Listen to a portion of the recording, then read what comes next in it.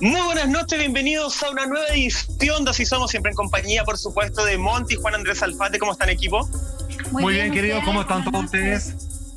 Oye, todo muy bien acá, expectantes, porque vamos a hacer un martes policial en Así Somos, Juan Andrés, tratando de descifrar estos puzzles que no tienen una solución clara. Tal es el caso de hoy que vamos a revisar de Narumi Kurosaki, quien tiene como único investigado y sospechoso a un chileno, Salfate.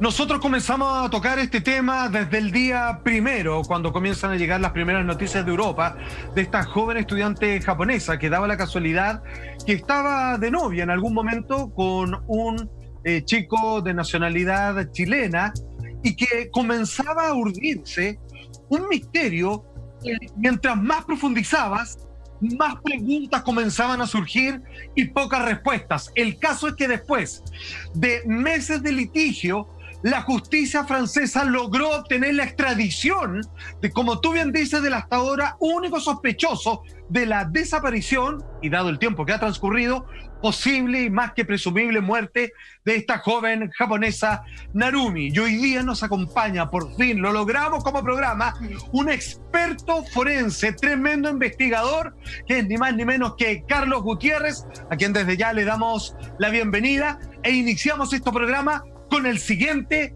titular.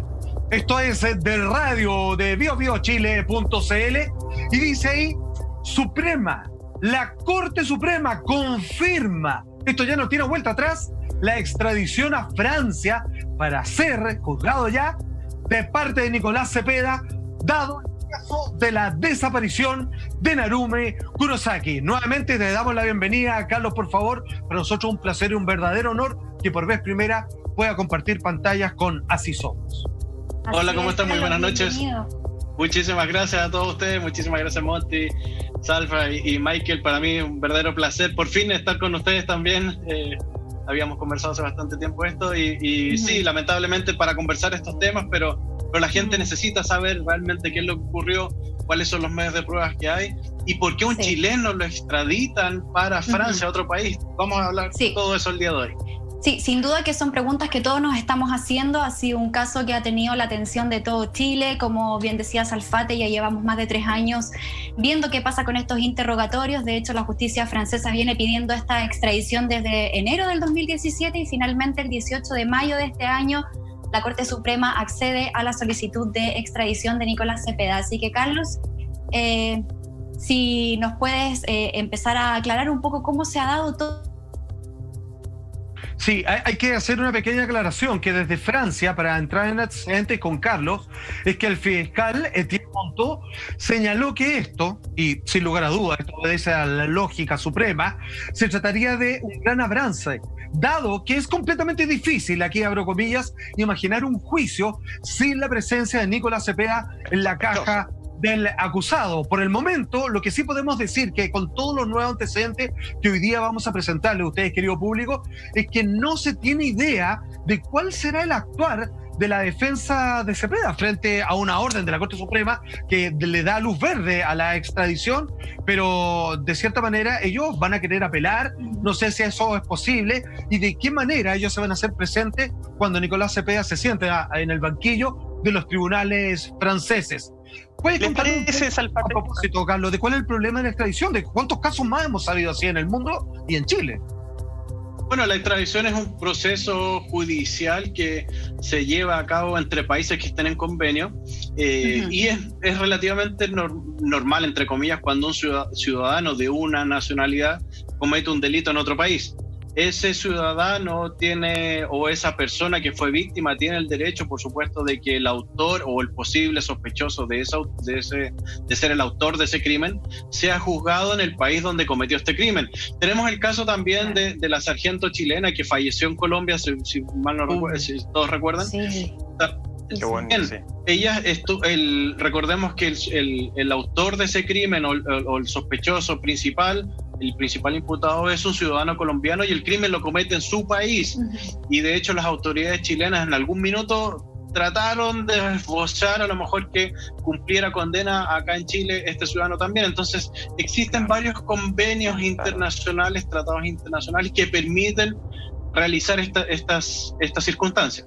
Carlos, pero para aterrizar un poquito la pelota, ponerla acá en la cancha, cuando se otorga esta extradición, estamos hablando de que es, como decían las autoridades, y como bien lo ejemplificaba Salfate, para investigar, porque no hay otra forma de investigar si no tenemos al principal y único sospechoso en nuestro terreno para investigarlo, es simplemente para una investigación, o uno puede entender que la justicia, en este caso francesa, ya lo tiene como un claro y único culpable y lo que necesitan hacer es de alguna forma rematar esto. Claro, él ya, la policía francesa, como cualquier policía de cualquier país del mundo y el Ministerio Público de cualquier país del mundo, va a comenzar el proceso investigativo sin problema. Para eso no necesita un imputado.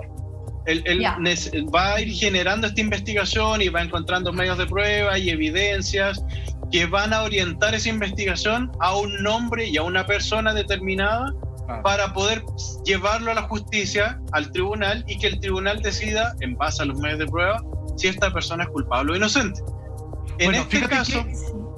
Sí, termina, Carlos, por favor, porque hay un antecedente interesante con respecto a esta extradición. Continúa, por favor. Claro, en este caso puntual, la policía francesa, el Ministerio Público francés, investigó por muchísimos meses, más de, si es que no me equivoco, son 36 meses de investigación, que ellos llevaron esto, y ellos presentan todos estos antecedentes a la Corte Suprema de Chile solicitando la extradición, porque todos los dardos de esa investigación apuntan a este personaje que es un ciudadano chileno. Es una especie de prejuicio que se hace en el país, y ahí tienen que presentar absolutamente todos los medios de prueba, y un juez, que en este caso son los jueces de la Corte Suprema, los ministros, ellos autorizan o no la extradición en base a los medios de prueba. No quiere decir que la persona sea culpable aún. Es verdad. Claro. Ahora, pero los medios de prueba están ahí. Exactamente, y los vamos a revisar todos y cada uno de ellos, querido Carlos. Hay que decir que lo que no es menor es que Nicolás Cepeda parece obedecer la lógica que es normal que esté allá para estos procesos, porque mal que mal es la última persona que vio a Narumi con vida, o de la última vez que se tuvo paradero de ella. Además, por otra parte, esto despierta una duda que me parece sana para el sistema judicial chileno, que por ahí también se analizaba de que en otras circunstancias la justicia francesa no había sido muy flexible a la hora de hacer algún tipo de ejercicio similar para con los chilenos, ¿ok? Entonces, como que algunos por ahí mencionaban que por aquí podía ser una vuelta de mano y todo, y esto lo que dejan claro es que la justicia chilena, más allá de cómo estén estructurados los procedimientos engorrosos y burocráticos, a la hora de querer aclarar la verdad, lo que muchas personas dicen en países vecinos es que la justicia chilena es algo en lo que se puede confiar con respecto a los preceptos que se obedecen. Salfate, ¿te parece? Sí, porque ya estamos en esta etapa de la extradición, ¿cierto? Que es la más actual, la más fresquita que tenemos. Pero para entender justamente este caso, hay una historia. ¿Te parece si empezamos a revisar esta historia de un pololeo a distancia? Porque en algún minuto, de hecho, algunos medios decían, no, ellos eran pololos al principio, eran pololos, qué raro que él se vaya de ese país con su novia desaparecida. Ellos estaban pololeando a distancia, después terminaron. ¿Cómo es el caso? A ver, esto parte aproximadamente en febrero del año 2015. Imagínate la cantidad de tiempo que ha transcurrido. Ellos se conocieron precisamente en Japón. Hay que entender que los recursos, digamos, que le ha otorgado la familia a Nicolás Cepeda, el joven chileno implicado en esta situación, el de hacer estudios y complementos en áreas de ingeniería, matemática, en distintos países. Y Japón fue el lugar de predilección para continuar estos procesos de posgrado, de intensificar, digamos, sus estudios universitarios. Ahí es donde conoce a Narumi. Bueno, finalmente, después, cuando comienza él a regresar a Chile, continúa este noviazgo a la distancia. Un pololeo que después, cuando revisemos parte del material, es bastante singular, porque pareciera que él llevaba como un ejercicio, un personaje de dominación en este vínculo amoroso. Finalmente, cuando decide regresar a Japón para ver una vez más a quien todavía considera su polola, se da cuenta de que ella acababa de ser ganadora de una beca para estudiar en la Universidad Besançon en Francia. Lo que genera desde ahí en adelante una cierta ruptura, pero al parecer ellos continúan con el intento de seguir viéndose, ya no en Asia, sino que esta vez en Europa. Estando en Europa, Narumi conoce a alguien y al parecer mantiene una relación, no sabemos si relativamente permanente o fugaz, con alguien allá. Entonces, aquí es cuando finalmente Nicolás parece explotar. Esto no es una suposición, no es una hipótesis, no es una teoría, porque en algún momento, parte de las conversaciones que ellos tuvieron a través de redes sociales, Nicolás dejó un video que luego de la desaparición él borra y que fue recuperado y que fue utilizado por la inteligencia francesa. Los invito a revisar esa conversación o ese mensaje que Nicolás Cepeda le hace llegar a Narumi, y ojo, en un canal abierto para que otras personas además lo vean. ¿Qué personas? Todavía no lo sabemos. Atención.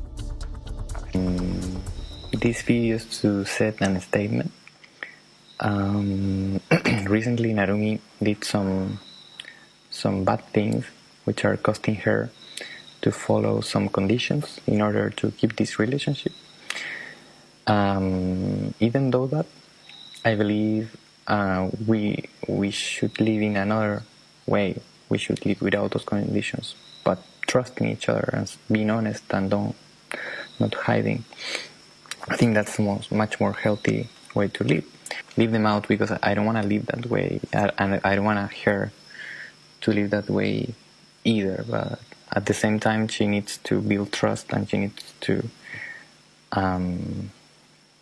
pay a little cost of what she did, and assume that she cannot go around making those kind of mistakes with a person who loves her. Recupero algunas frases que él menciona ahí. Demuéstrame que eres seria, quiero ver tu compromiso. Sí. Tú quieres que yo los contacte, porque este es un video abierto, porque se refiere como a varias personas, que les quede claro en la parada que están ellos, que les envíe un mensaje en Facebook diciendo que tú eres mi pareja para que dejen andar detrás de ti. Voy a perder la paciencia, Narumi dice, me has tratado como un basurero. A partir de esto, los estudiosos franceses comenzaron a conformar un perfil psicológico del joven chileno, donde claramente parece tener las riendas, o es lo que él le gusta con respecto a sus relaciones, donde impone, no ofrece ningún tipo de garantía, sino que simplemente él exige cuáles son las reglas del juego para que esta relación continúe, y parece que las anteriores no eran muy amables o particularmente amorosas. A mí me llama mucho la atención el video, primero, que él haya tenido el coraje de subirlo y hacerlo público. También él dice que ella tiene que pagar un precio.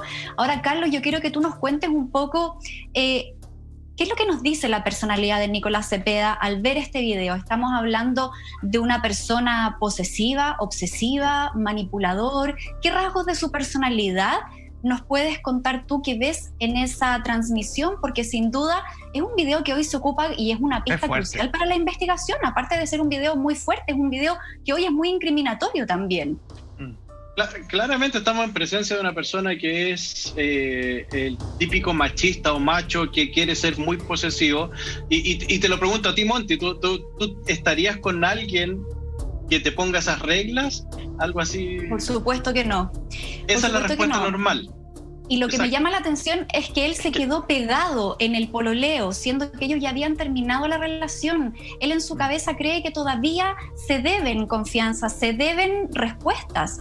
Yo no sé si eso coincide con un perfil determinado de una persona que tiene cierto tipo de rasgos delictivos, por ejemplo. Cuéntanos un poquito de eso. ¿Es normal? Lo que pasa es que acá... o es un arranque de celos más o menos, no sé? Sí, claramente no es normal, por supuesto. Eso uno puede tener...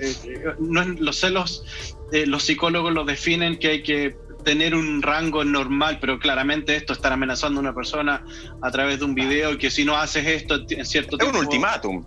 Exacto, o sea, no tiene absolutamente nada que ver. Salfa, yo sé que estuviste hace muy poco tiempo en Japón y pudiste conocer un poco más de la cultura japonesa, que es totalmente la cultura diferente a lo que nosotros conocemos acá. Entonces las mujeres también tienen otro rango u otro nivel allá de personalidad. La mujer japonesa es un poco más sumisa, el hombre tiene que caminar más adelante, la mujer japonesa camina más atrás, si hay que ir al supermercado, la mujer carga las bolsas, es así, esa es la cultura en que ellos... ¿Sabes, Carlos? Me gustaría recoger lo que estás diciendo, porque es súper interesante ponerlo sobre la mesa, porque Carlos tiene toda la razón. Fíjate que sin entrar en mayores detalles, la persona que me acompañaba en mis viajes por distintas ciudades de Japón y que me tocó verlo y que fue parte de mis preguntas con respecto al comportamiento social que tenían los nipones, la verdad es que de un tiempo a esta parte, esta misma guía me confirma una teoría que yo tenía con respecto a Narumi. Dentro de las antiguas familias del Japón existe este proceso donde las hijas son muy bien portadas, súper ceñidas a la cultura, con trajes tradicionales para ciertas fiestas folclóricas, etcétera, etcétera. Y se ha generado lo que nosotros llamaríamos millennial.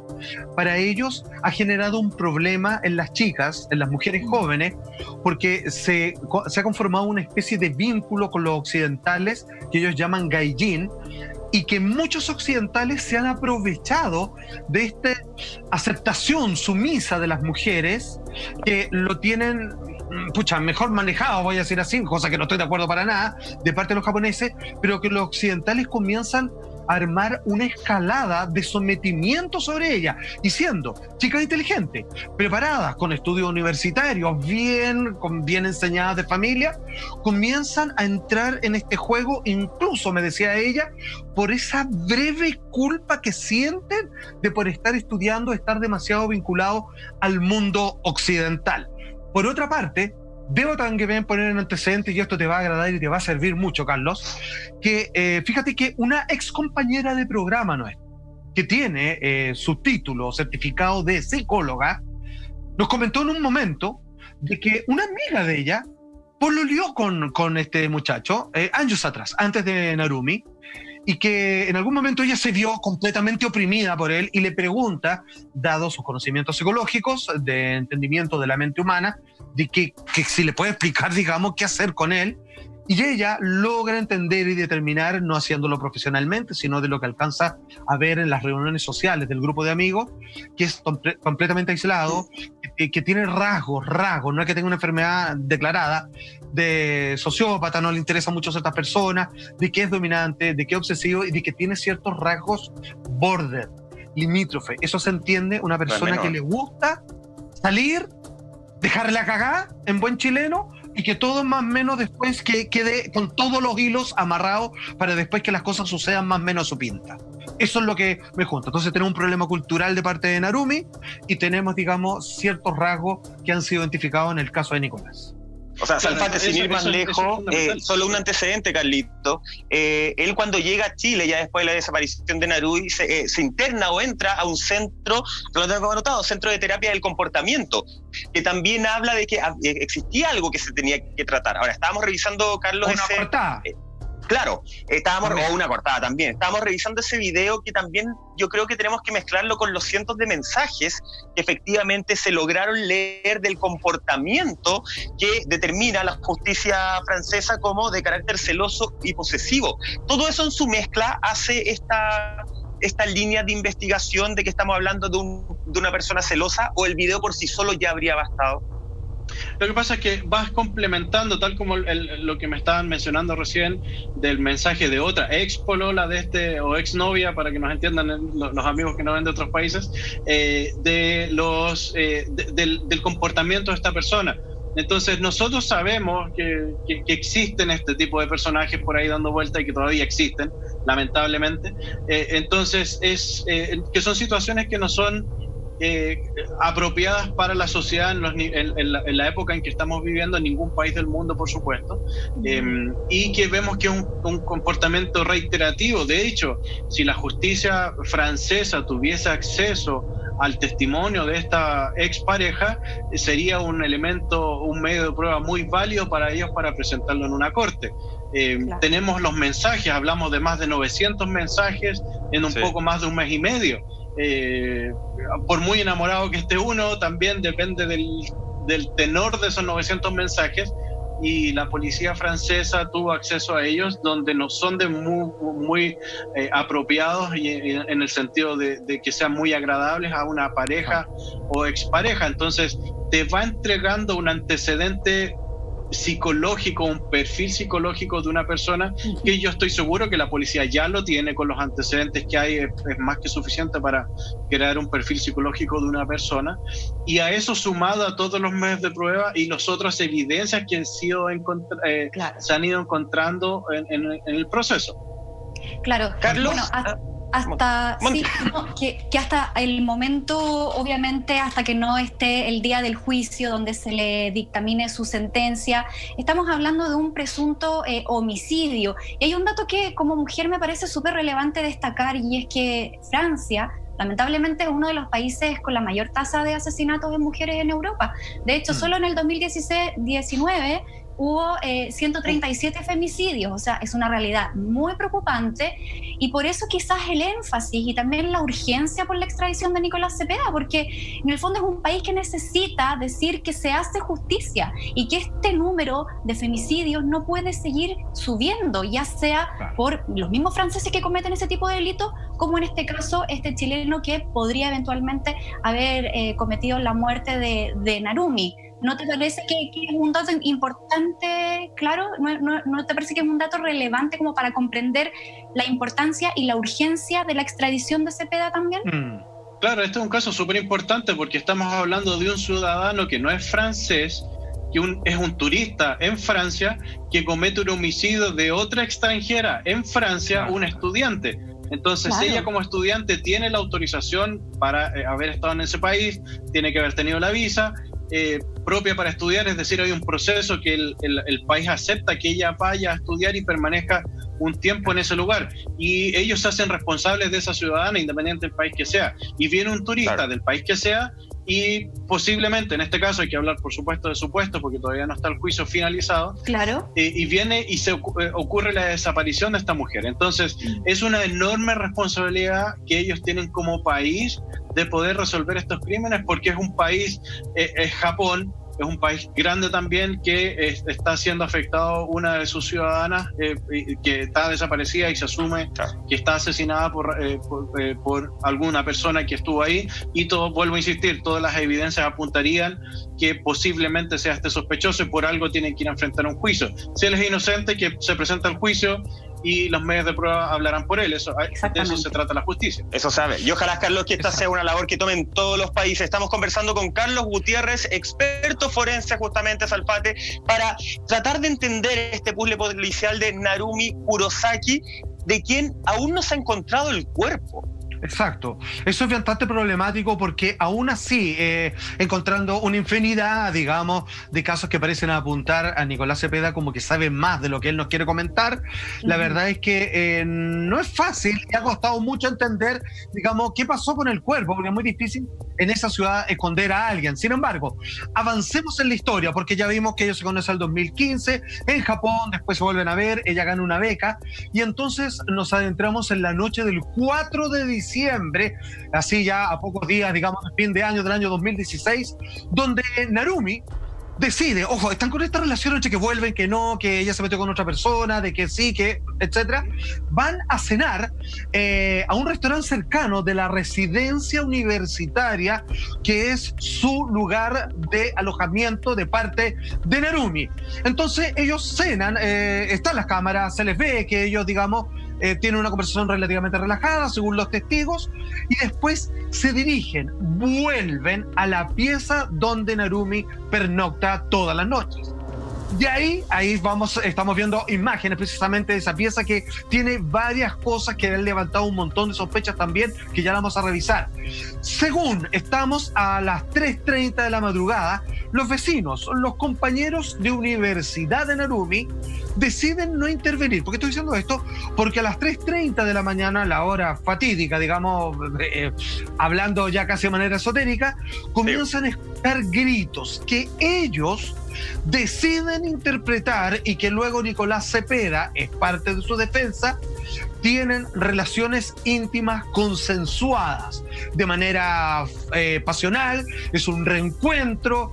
Entonces finalmente desbordan toda la pasión pendiente que había sido cuestionado por el video que ustedes ya vieron, y de que de cierta manera algunos comenzaron a decir que, porque también Nicolás que dejaron muy fuerte la tele y que también después lo mezcla con la idea de que estuvieron muy efervescentes en su encuentro amoroso, pero otros también dicen que si bien puede ser, los gritos les parecían que tenían otro tenor, que eran más bien ruidos de lucha y gritos que no pueden ser asociados necesariamente al placer, sino quizás a alguien que se está defendiendo o que está tratando de quitarse a alguien de encima.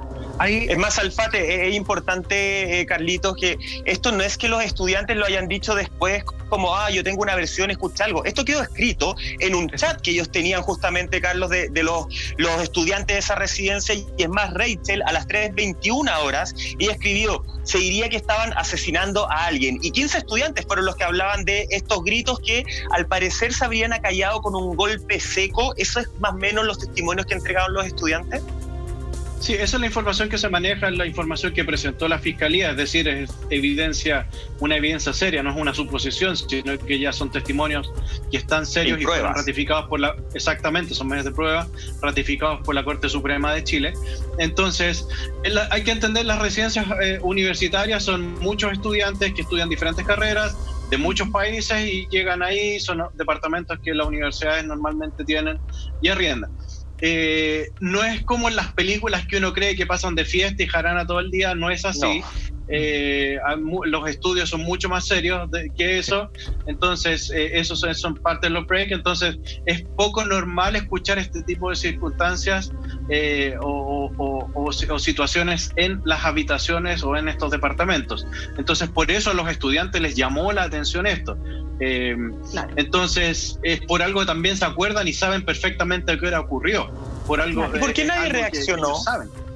Es que puede haber sido, estamos hablando de jóvenes de 20 años, 21 años, que puede estar esa actividad o haber tenido estas relaciones que dicen que tenían, que había un golpe a las 3 de la mañana, están todos durmiendo, entre dormidos, sienten un ruido, después no hay más ruido, ok, siguen descansando porque al día siguiente tienes pruebas o tienes actividades, final de año, final de semestre también. Exactamente, eso lo que tú dices es muy cierto, pero agregamos el detalle de que se tienen este encuentro pasional, pero nunca más se ven, nunca más se sabe de Narumi, y 10 días después Nicolás Cepeda está tomando un avión de vuelta a Chile. O sea, a ver, aquí pasan un montón de cosas extrañas, partiendo por la pieza que vamos a revisar, porque amigos míos, vamos a hacer una declaración de absolutamente todas las pruebas. Escúchenme bien. ¿Ya? Hay cosas en la pieza de Narumi que no corresponden a su comportamiento normal. Además de que hay también huellas dactilares en distintas partes. El teléfono desaparece y Narumi le envía un mensaje a su familia en un japonés neutro que no corresponde al dialecto específico de cómo ellos hablan o cómo se dirigen entre familiares. Eso ya lo voy a explicar con respecto a la complejidad del idioma japonés. Por si fuera poco, también hace una serie de compras muy extrañas, Nicolás, entre ellas desinfectantes, cloros. Entre otras cosas, el auto también se da la vuelta por un bosque, que no se entiende qué fue a hacer aquello. Por si fuera poco, atención con lo siguiente, hay una declaración del primo médico de Nicolás Cepeda, donde en algún momento él le consulta de cómo sé que al asfixiar a una persona, efectivamente perdió la vida. Esos detalles, esas pruebas y una infinidad más que hoy en día finalmente la justicia francesa va a poder hacer las preguntas a la cara a Nicolás Cepeda, y hay que ver que este hombre tiene respuesta para todo. ¿Qué va a decir al respecto? Todo eso lo revisamos junto al gran Carlos Gutiérrez a la vuelta de esta breve, no se vaya, pausa comercial. Ya volvemos.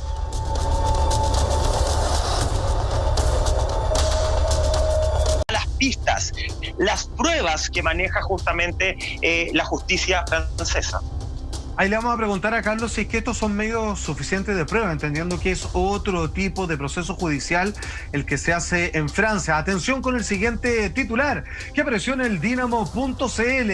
Dice así: Fiscalía francesa revela las pruebas que tiene contra el chileno en caso de estudiante japonesa desaparecida. Queremos aclarar que él aún no ha sido declarado culpable, pero dado los involucramientos que lo comprometen, digamos, además de ser la última persona de haber visto con vida a Narumi, la verdad, él que tiene mucho que explicar y esas interrogatorios lo quieren hacer directamente en el banquillo desde un tribunal.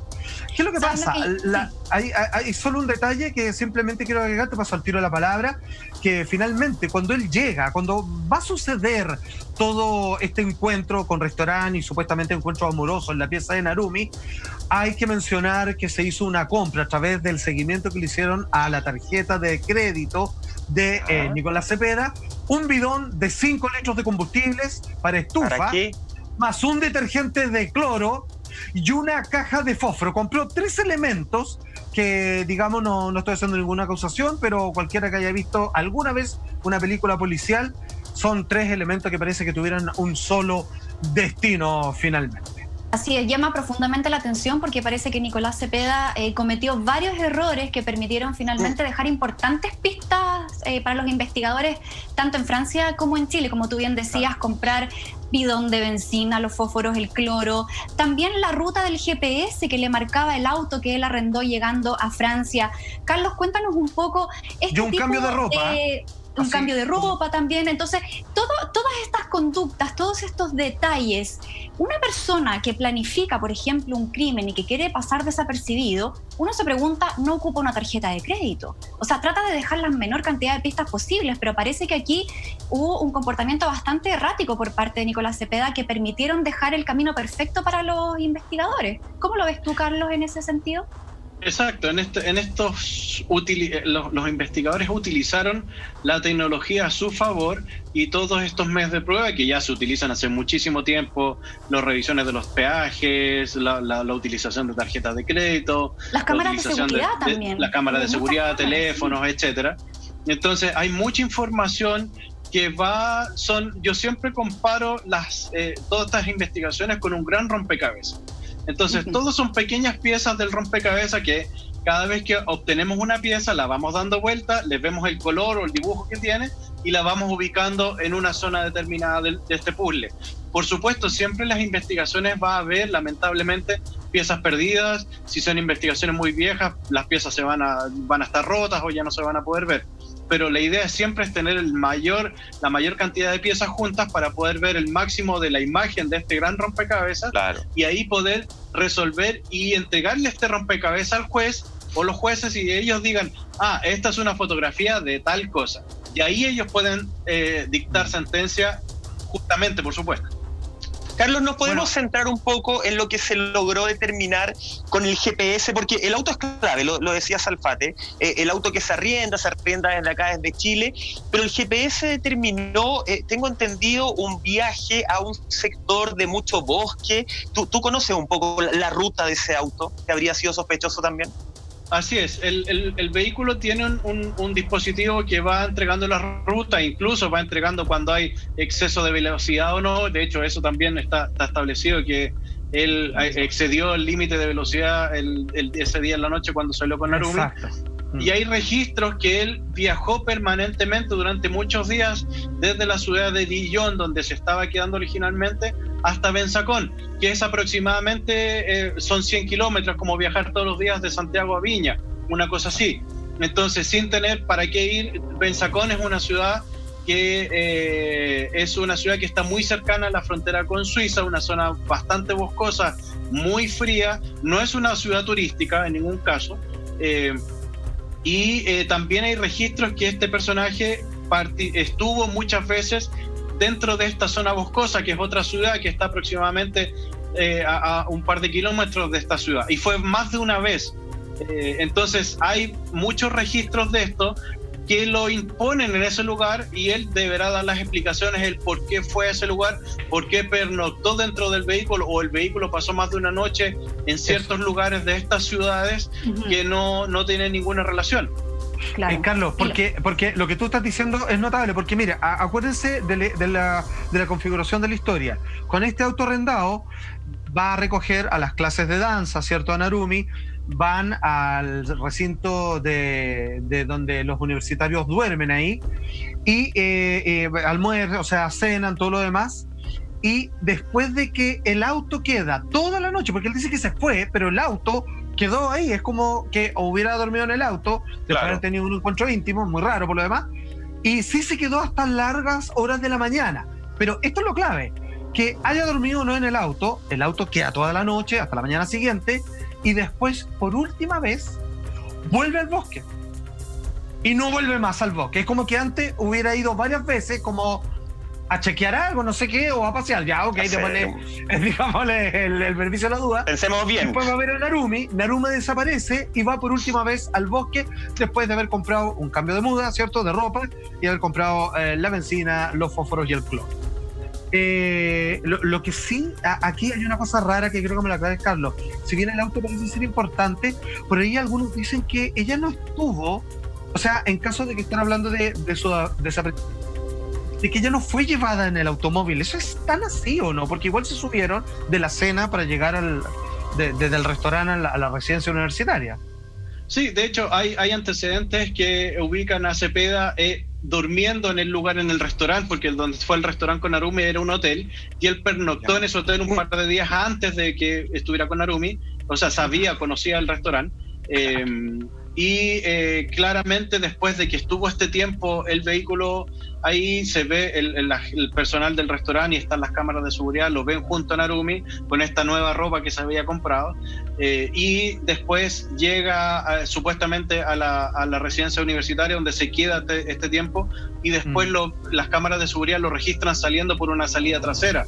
Hay que recordar también que Cepeda lo vieron días antes en la residencia universitaria, escondido en la cocina. En la cocina. Y fueron dos testigos que la encontraron, y de hecho él trató de hacerse lindo también, como se dice, con estas compañeras, y las niñas les pareció raro y después lo reconocieron.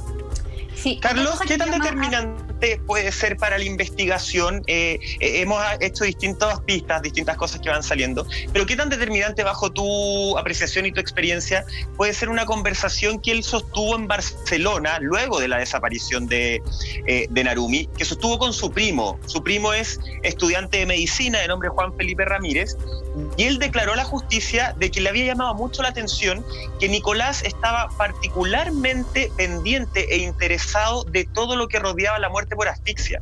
Es más, él dice, me llama la atención que mi primo me haya preguntado cómo saber si una persona había muerto, al cuánto rato de asfixiar a una persona fallece determinada realmente, y que después de que él da estas declaraciones a la justicia, Nicolás le envió un mensaje como recriminándole un poco, diciéndole, oye, pensé que lo que pasaba en familia quedaba en familia.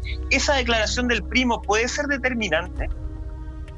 Claramente es un testimonio muy válido para la justicia, y te lo pregunto a ti te interesa saber cómo una persona reacciona después cuando la están asfixiando? No, jamás se me habría ocurrido preguntarlo.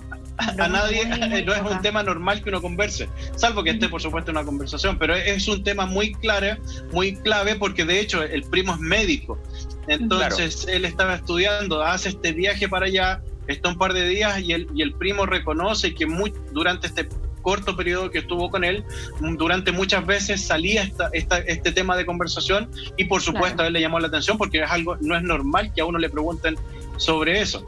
Entonces, claro, Carlos, hay otra... Sí, es muy extraña la pregunta, y también hay otro antecedente que posterior a esa noche de que ellos van al restaurante a cenar, el celular de Narumi sigue funcionando y sigue la familia y los amigos recibiendo unos mensajes de texto que, si bien estaban escritos en japonés, luego en la audiencia que se hizo, en la segunda audiencia del 18 de marzo que se hizo acá en Chile, donde participaron a través de videoconferencia la mamá de Narumi y también la hermana, dijeron que esos mensajes, si bien estaban escritos en japonés, tenían errores, que no era el japonés que ella solía usar para su escritura. Eso exacto. También es un tremendo dato que nos puede estar diciendo que el celular lo pudo haber seguido manipulando él, sumado con antecedentes de que Nicolás habría pedido ayuda a otros amigos japoneses para poder precisamente transcribir ciertas frases. ¿Qué información manejas tú al respecto de eso? Déjame aclarar algo ahí, que yo sé que es un hombre muy culto, Carlos Gutiérrez, pero sin embargo a mí en el año anterior me tocó estudiar japonés. Les explico algo. Dentro de las distintas prefecturas que se tienen tanto en Tokio como en el resto de la isla grande del Japón, a diferencia de lo que pasa en Chile, existen distintos dialectos y existe un japonés escrito neutro que es para escribir las noticias, etcétera, etcétera. Sin embargo, cada vez que yo me refiero, por ejemplo, a un colega de trabajo o a mi familiar, ocupo un idioma distinto. Por ejemplo, seguramente ustedes saben que gracias se dice arigato. Bueno, no es tan así. Porque si tú te mueves 20 kilómetros lejos de Tokio, tienes que decir okini para decir gracias que otras palabras. Y esos son errores de dicción que no corresponden a la cultura y a la forma tradicional o coloquial de cómo Narumi se dirige a sus familiares. O sea, si que el teléfono sigue funcionando días después de que ella desaparece y comienza a escribir de la manera que no lo hacía habitualmente, también es un temón. Pero eso no es todo. Porque yo le había dicho que la pieza de Narumi finalmente presenta una serie de irregularidades que no corresponden a su personalidad. Por otra parte, 95 veces repitió la misma frase Nicolás Cepeda cuando se le hacían interrogatorios. Ya van a ver cuál era su respuesta.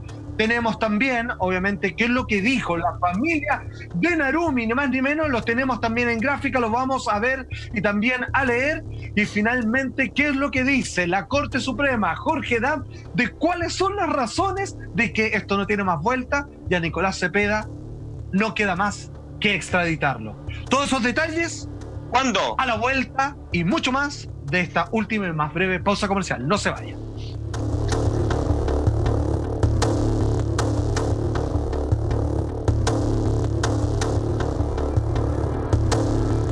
La japonesa Narumi Kurosaki, que está actualmente desaparecida, y tenemos un titular que habla precisamente del interrogatorio que se le hizo a Nicolás Cepeda, que es el principal sospechoso en este caso. Vamos entonces con este titular. A continuación dice: The Clinic, chileno sospechoso de matar a joven japonesa, repitió 95 veces la misma respuesta en interrogatorio. Salfa. Absolutamente. ¿Y cuál es la frase del $1.000.000? Voy a guardar silencio. Simplemente, quizás esperando una mejor estrategia de parte de sus abogados, que bueno, lo vimos que eran bastante hábiles, que lograron salir por puertas diferentes cuando estaban en los tribunales de justicia, etcétera, etcétera.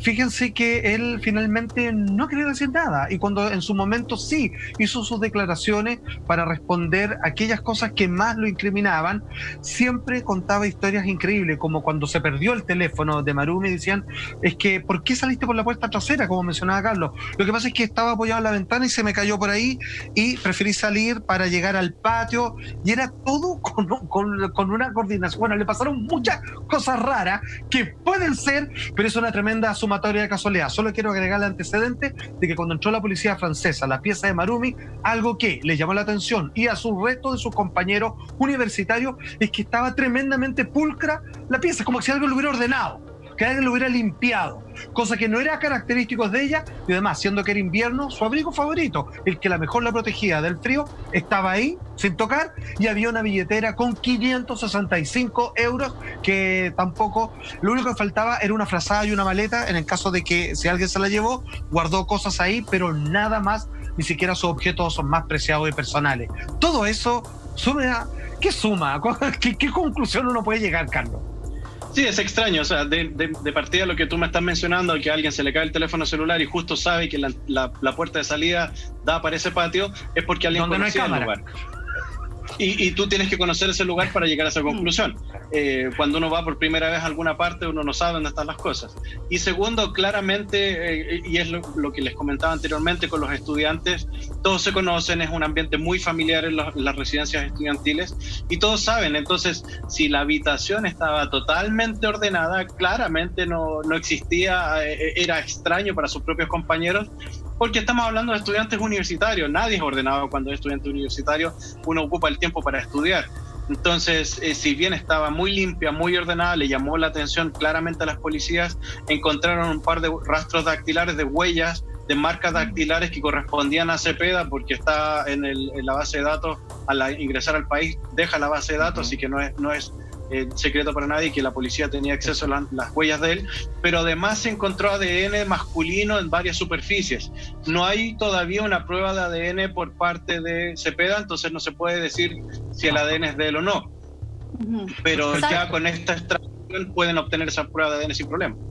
Sí, a mí me llama mucho la atención que ante tantas pruebas y tan contundentes contra Nicolás Cepeda, él todavía decida mantener su silencio, no colaborar. Siento que cuando eso sería un gran punto a su favor al momento de dictar la sentencia, ¿cierto? Sería una especie de atenuante. Absolutamente, Monty. Claramente, digamos, para otra justicia eso va a ser considerado, digamos, casi como, obviamente, tratar de tirar la pelota para el córner. Ahora, si bien esta historia está repleta, obviamente, de enigmas, que esperamos comiencen a salir a la luz lo más pronto posible, cuando esté en el banquillo, porque esto ya es un hecho irrefutable e irreversible de parte de Nicolás Cepeda, enfrentando la justicia francesa. A principios de este año, pongan mucha atención, porque esto tiene mucho de conmovedor también, en el diario francés Es Républicain publicó extractos de una carta enviada por la madre y las hermanas de Narumi Kurosaki al juez chileno Jorge Dam.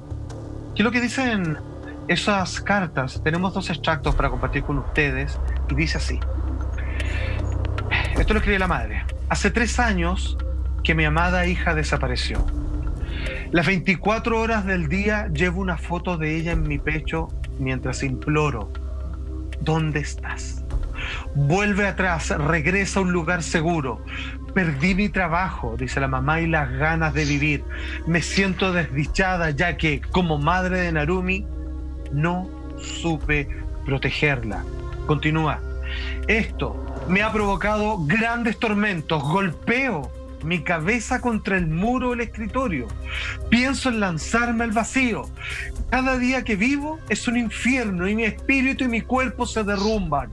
Es Nicolás el que escondió a Narumi. El crimen que cometió es atroz y sin precedentes. Son las palabras que tiene la madre de Narumi al ministro de la Corte Suprema, Jorge Dam, quien responde de cierta manera con esta declaración y con la acción que ya conocemos. Atención. Cabe considerar, en primer lugar, que la extradición pasiva no propiamente tal un juicio, no persigue acreditar ni la existencia del delito ni determinar la persona del delincuente. Eso es propio de un juicio penal, sino que se trata de un procedimiento que solamente está destinado a establecer la concurrencia de requisitos que hacen posible la extradición en razón al sujeto extraditable y al delito y a su naturaleza en atención a la extensión de la sanción aplicable. Ahora bien, el estándar que se exige en nuestra legislación es que los antecedentes que se acompañan sean suficientes, como si un fiscal de la nación chilena los estimaría suficientes para deducir una acusación. De tal manera que si hay antecedentes que son suficientemente serios, graves y concordantes, que se puede presumir que en Chile se deduciría una acusación contra el imputado, es posible entonces conceder la extradición. En el presente caso, se ha estimado que los antecedentes aportados en la petición de extradición por la República Francesa reúnen estas características y por lo tanto se ha accedido a tal petición. Ahí está. Carlos, ya con esta extradición de Nicolás, ¿tú crees, a modo de cierre de alguna forma, crees que ya podremos llegar a conocer el paradero de dónde está Narumi, que va a cambiar la historia con el principal sospechoso ya en tierra francesa?